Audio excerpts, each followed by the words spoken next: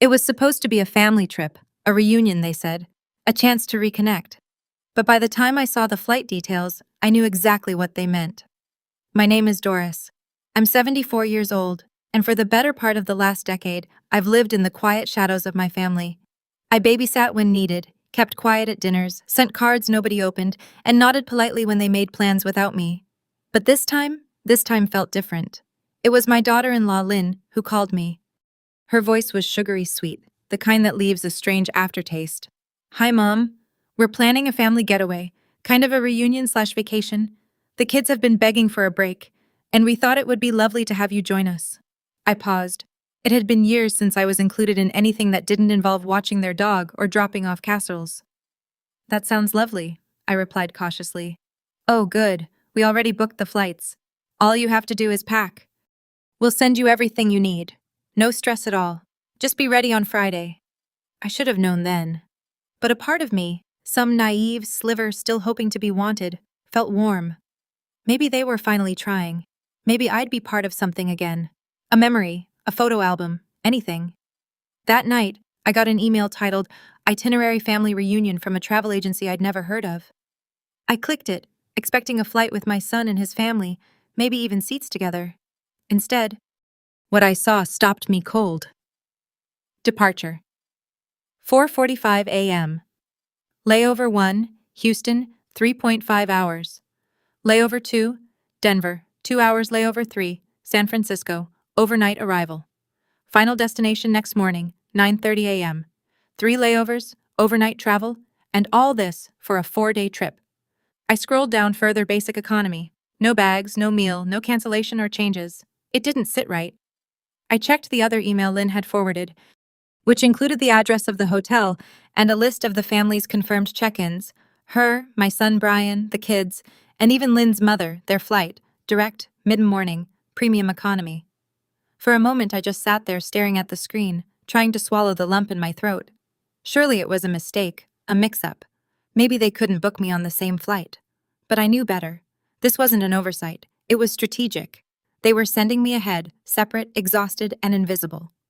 The next morning, my grandson Jeremy called me. He's 15. Doesn't know how to lie properly yet. Grandma, Mom said, you're flying way earlier. Isn't that weird? I chuckled softly. It is, sweetheart. But maybe they thought I'd need more time to rest. He hesitated. She said you'd slow everyone down. There it was. No code, no courtesy, just the truth.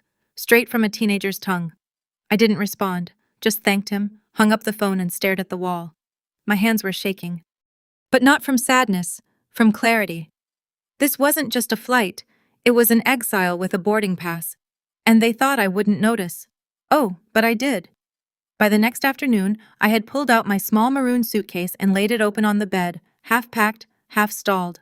My hands paused over a pair of orthopedic sandals, and something about placing them neatly into the corner of the case made my chest tighten. They didn't want me there. Not really.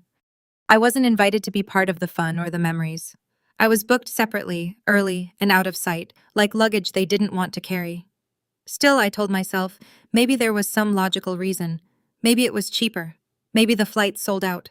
So I did something I hadn't done in years. I called the airline myself. Thank you for calling Sparrow Air. This is Daisy. How can I help you? Hi, sweetheart, I said with the most pleasant tone I could summon. I just wanted to confirm my upcoming itinerary. My name's Doris Langley. I have a flight this Friday morning with layovers in Houston, Denver, and somewhere else. I think I could hear her typing quickly. Yes, ma'am. You're booked on Flight 142 with connections through Houston, Denver, and San Francisco. You're in basic economy. No checked luggage, no seat selection, non-refundable, non-changeable. She paused. Are you aware you're on a 19-hour travel plan? I bit my lip. Yes, I see that now. I thought I might be on the same flight as my family. Let me check. Do you have any of their names? I gave her my son's name, Brian Langley, then Lynn, then Jeremy and Ava, the grandkids. Another pause. Click, click. Oh, they're flying out at 10:15 a.m. non-stop to San Diego. They're in premium economy. Upgraded cabin, meals included. And it looks like they use the same group booking account. Group booking account. They booked themselves together and me separately. I thanked her and hung up. The phone slipping slowly from my hand, like it had turned to ice. I sat on the edge of the bed, numb. The suitcase lay open before me like a coffin. Why go to such lengths to make me feel so small? I closed my eyes, and in that heavy silence, I started to remember memories I'd buried. Like last Thanksgiving when they forgot to pick me up. Lynn had said traffic was awful, and by the time they got there, they were too full for dinner anyway. I'd eaten a microwave turkey sandwich on my porch. Or the birthday where Jeremy hugged me in the hallway and whispered, "Mom says you talk too much, but I like your stories." Or when Lynn had half joked, half at brunch, "I don't know how you survived this long without a filter. Mom, you say things that make people so uncomfortable." They didn't want me with them. They wanted me near enough to check a box, but far enough not to disrupt their curated life. I wasn't family. I was a formality. A piece of old furniture too large for the new apartment. But I wasn't angry yet. No, not yet. That came later after I found the voicemail. I'd been searching for a hotel confirmation Lynn said she sent when I noticed an audio file in my texts, probably sent by accident. I hit play. My son's voice filled the room. "It'll be easier this way. Trust me. She gets in first. Probably too tired to join anything. We'll say we tried. She'll stay out of the way." Then Lynn chimed in laughing. "Worst case, she gets stuck at some airport. She won't even know who to ask." Silence. Then Brian said it. The words I'd never forget. "She's old, not stupid, but she's close." Something in me snapped. Not all at once, not loudly. Just a clean, sharp split, like a cold wind through a cracked window. They had made a grave mistake because I wasn't stupid. And I certainly wasn't going to fly halfway across the country on 3 layovers just to be discarded quietly at baggage claim. The next morning, the suitcase was still open on my bed. But I had stopped packing. Instead, I was seated at my kitchen table with a mug of black coffee and a small notepad. On it, I had scribbled one word over and over. Dignity. That was what they had taken. Not my seat, not my schedule, my dignity. But I wasn't going to beg for it back. I was going to take it quietly, decisively, and with grace. I flipped the page and wrote out a list. Not of what I needed to bring, but what I needed to do. The first thing on it, call the airline again. This time, I didn't pretend to be clueless. I gave the agent my details, confirmed the itinerary, then asked the question that changed everything. "Is there still a seat available on flight 1703? The direct flight, the one the rest of my family's on?" "Yes, ma'am," she replied. "Actually, we have one seat left in first class." "How much?" I asked. She gave me a number that made my chest tighten, but not from fear. I had the money. I just hadn't used it. For years, I'd been the family fallback. Always saving. Always available. It was time I used a bit of it. "For me, I'll take it," I said. I canceled the 3 layover journey they'd thrown at me like a bone to a dog. Non-refundable. Fine, let it rot. That seat could stay empty like the promises they'd made. And then I made 2 more moves. First, I booked a private car to the airport an hour before their scheduled ride and through a different terminal entrance. They wouldn't even know I was there.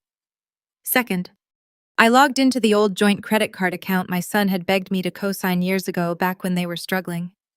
I'd left the card alone for years, never used it, but my name was still there. I still had admin access, and they'd used it for all their trip expenses, flights, hotel, car rentals, excursions. They hadn't even bothered to change the password. I didn't touch anything yet, but the seed had been planted. That evening, I packed again, this time with purpose. A linen blouse I'd saved for something special. A book of poetry. Sandals that made me feel elegant. Lipstick I hadn't worn in years. Nothing flashy, just me as I deserved to be. The next morning, as the sky still wore its dawn blush, I stood at the curb outside my building, suitcase beside me, coat draped neatly over my arm. The black car pulled up smoothly. The driver got out, tipped his hat, and opened the door. "Mrs. Langley," I smiled. "That's me." We drove past their house on the way to the airport. Their lights were just flicking on. They'd be waking up soon, hustling the kids, rushing to meet their own ride, and they'd have no idea. I was already ahead of them. At the terminal, I breezed through security, strolled into the lounge, and sat with a mimosa in hand. I looked out the window, watching the clouds shift over the wing of the plane I'd soon be boarding. And when I stepped onto that flight, first-class seat 2A, I felt something I hadn't in years. Seen, centered, certain. And then they boarded. Absolutely his. They boarded late as always, Brian with his rolling duffel bag, Lynn fussing with Jeremy's hoodie. Ava already glued to her phone. I watched them from behind the first-class divider. My seat had a perfect line of sight to the aisle, and I watched calmly as they walked past me, without so much as a glance. I could have reached out and brushed Brian's shoulder and he wouldn't have noticed. Invisible, just like they wanted me. Lynn was complaining. I told you we should have upgraded to first. These kids are going to whine the whole flight, Jeremy muttered. At least we're not stuck in some Houston layover like Grandma. They chuckled at that. Brian added, she probably hasn't even boarded yet, or worse, got lost in Denver. I took a sip of orange juice from a glass flute. It tasted better than I expected. We took off smoothly. I adjusted my seat, tilted my head back, and closed my eyes for a moment. The air felt thinner in a good way, less heavy, less crowded with expectation. When we reached cruising altitude, I connected to the in-flight Wi-Fi and pulled out my iPad. I hadn't used it much in recent years, but today it was the centerpiece of my plan. I logged into the shared travel app Lynn had set up for convenience. They had sent me the invite years ago, hoping I'd help pay for family trips. I'd declined back then, but apparently the permissions were still active. I opened the dashboard. There it was. Trip name, family reunion, San Diego, hotel, Golden Vista Resort, 3 oceanfront rooms, excursions, beach picnic, yacht tour, spa day card on file, the joint account. I stared at the screen for a long time, then tapped the credit card section. Still active, still in my name. They had never removed me, not even after all these years. They probably thought I wouldn't notice, wouldn't care, wouldn't know how. I smiled. They truly believed I'd sit quietly somewhere over Nebraska right now, grateful for crumbs and carry-ons. Instead, I was sipping chilled water in a fully reclining seat, about to dismantle their little beach fantasy from 30,000 feet. But I wasn't angry, not in the way they expected. This wasn't vengeance for vengeance's sake. This was the final line between me and them. I clicked on the hotel reservation, then tapped Modify Guest List. I removed Brian, removed Lynn, removed Jeremy and Ava, then changed the name on all 3 rooms to mine. Then I canceled their spa appointment, canceled the yacht tour, and finally I changed the check-in time to 2 hours earlier. Just before I logged out, I left a note on the account. Travel itinerary revised, charges reassigned, cardholder updated access privileges, D. Langley. And with that, I leaned back in my seat. I wasn't just flying above them, I was moving beyond them. Somewhere behind the curtain, they sat cramped, thinking they were in control, that I was beneath them, lost in some airport terminal with vending machine dinners and aching feet. They had no idea. Not yet. But they would. And soon. The seatbelt sign pinged off and the cabin lights dimmed. I pulled the soft blanket over my lap and rested my head gently against the window. Below the mountains cut jagged lines across the earth. Above the sky was layered in hues of orange and soft lavender. It was the calmest I'd felt in years. But it wasn't over yet, not until I took back every inch of respect they'd scraped off me. I opened the credit card app next. The joint account Brian had begged me to co-sign a decade ago was still active. I'd only kept it open out of pity, something I wouldn't admit even to myself back then. But today that pity was gone. When I tapped view charges, the list looked like a teenager's fantasy wish list. Golden Vista Resort, $2,138. Sebes Yacht Tours, $880. Sunrise Spa Deluxe Package, $1,200. Family Size SUV Rental, $630. Lynn's Clothing Boutique Spree, $740. Casual Fine Dining Experience, 3 separate restaurants, all prepaid, and all of it under my name. They hadn't just tried to get rid of me. They'd used me. Used my name, my credit, my silence. I tapped Freeze Card. The app paused for a second, then confirmed card access has been suspended. I didn't stop there. I contacted the hotel through the app's live chat. Good afternoon. This is Doris Langley. Due to a change in our family travel plans, only I will be checking in under the reservation. I'll be arriving ahead of schedule. Kindly ensure that no other guests are permitted to access the rooms unless approved by me directly. The concierge replied promptly, professional and pleasant. Of course, Mrs. Langley. Noted and updated. We look forward to welcoming you. I logged out and placed the tablet gently in my lap. That was it. That little tap had turned the tide. Not because of what I took away from them, but because of what I reclaimed for myself. And in the seat behind me, Lynn was laughing loudly. I swear she's probably talking to pigeons in Denver. Oh well, At least we'll have some peace this trip, Brian added. She'll text eventually. Or not. I turned my head slightly, just enough to catch a glimpse of them through the narrow gap between seats. Brian was reclined, his eyes closed. Lynn was flipping through a travel magazine, her lips curled in that familiar smirk. And suddenly, I wasn't hurt. I was done. Done excusing their neglect as modern family dynamics. Done shrinking to keep the peace. Done letting them treat me like an afterthought. I pressed the call button. The flight attendant arrived quickly. Yes, ma'am. Could I have another glass of champagne, please? I asked, smiling. Of course. And may I just say you wear first class beautifully. I chuckled, a deep and knowing sound. Thank you, dear. It took me long enough to get here. I glanced out the window again as she walked away. Below, the clouds were starting to thin, the land emerging in pale lines and coastal glimmers. We'd be landing in less than an hour. I leaned back and imagined the front desk clucked expression when Brian and Lynn tried to check in. No card, no room, no reservations, and no idea what had just happened midair. San Diego welcomed me with a breeze that smelled like the sea and sunlight that danced across the sidewalk like it had been waiting just for me. A man in a neat vest stood at the arrivals gate holding a small sign, Mrs. D. Langley Golden Vista Resort. I smiled and approached. He tipped his hat. Mrs. Langley, your car is waiting. The resort is expecting you. As we pulled away from the terminal, I saw Brian and Lynn's flight listed on the screen above the baggage claim. Still delayed by 20 minutes due to minor turbulence. How poetic. 20 minutes was more than enough. By the time their plane touched down, I was already slipping into my suite at the Golden Vista, a corner room with panoramic ocean views, polished wood floors, and a balcony that looked like it had been stolen from a dream. The manager greeted me personally. Mrs. Langley, we've taken extra care preparing your rooms. Please let us know if there's anything else we can provide. I'll be dining in my room tonight, I said, and I'd appreciate a pot of tea delivered to the balcony around sunset. Absolutely. And just like that, I was no longer the burden, no longer the inconvenience. I was the guest of honor. At 4:12 p.m., I settled into the lounge chair on the balcony, soft jazz humming from the speakers, and watched the waves roll in. At 4:27, I heard a distant commotion below. I stood slowly and looked over the railing. There they were, Brian, Lynn, Jeremy, and Ava arguing with the front desk. Lynn's voice, sharp and rising, carried upward. What do you mean the reservation was changed? We made these bookings months ago. The clerk remained calm. Ma'am, we've confirmed that only Mrs. Langley is listed as a guest under this account. The card on file was frozen mid-flight. Unless you can provide a new payment method, we're unable to check you in. Ava groaned. Jeremy sat on one of their suitcases and buried his face in his hoodie. Brian pulled out his phone, tried to dial, I assumed me, but I'd already silenced their numbers. They were stranded, not in another airport, not lost in Denver or stuck in Houston. They were stranded right in front of me, and I had the view. My tea arrived on time, chamomile with a hint of honey.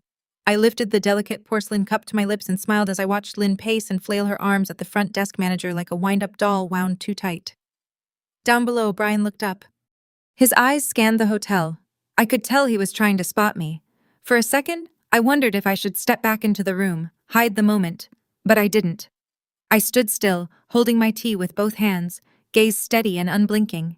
He saw me, his jaw clenched, his mouth opened slightly.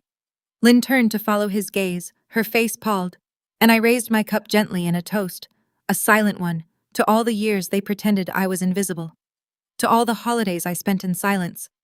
To every accidental insult masked as humor, I toasted to that, then turned and walked slowly back inside. They didn't knock right away. It took them another 2 hours to find a temporary solution.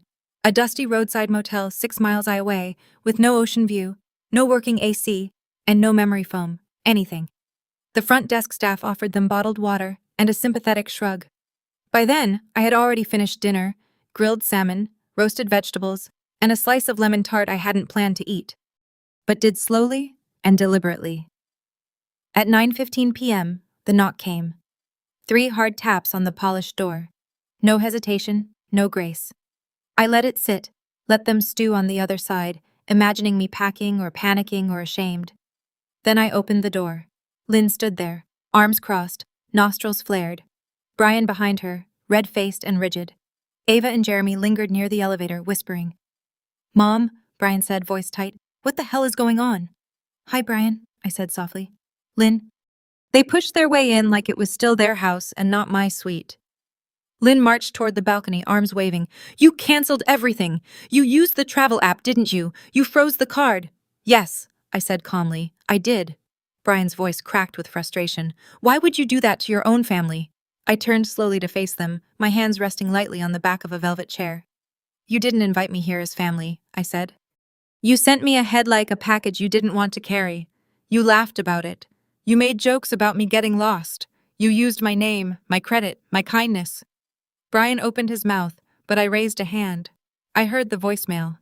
I know what you said. Lynn rolled her eyes. You're blowing this out of proportion.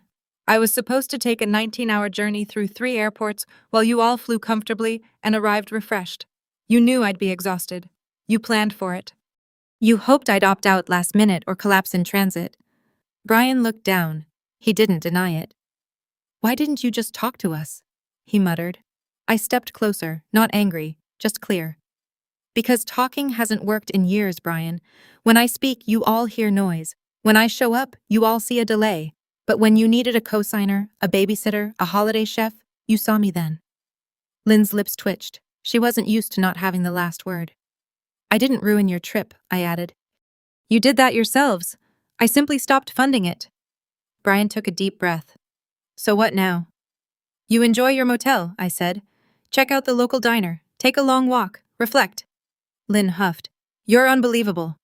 No, I said, stepping back toward the door. I'm done being unbelievable. I'm seen now. They stood there in awkward silence. I'll call a cab, Brian said flatly. No need, I said.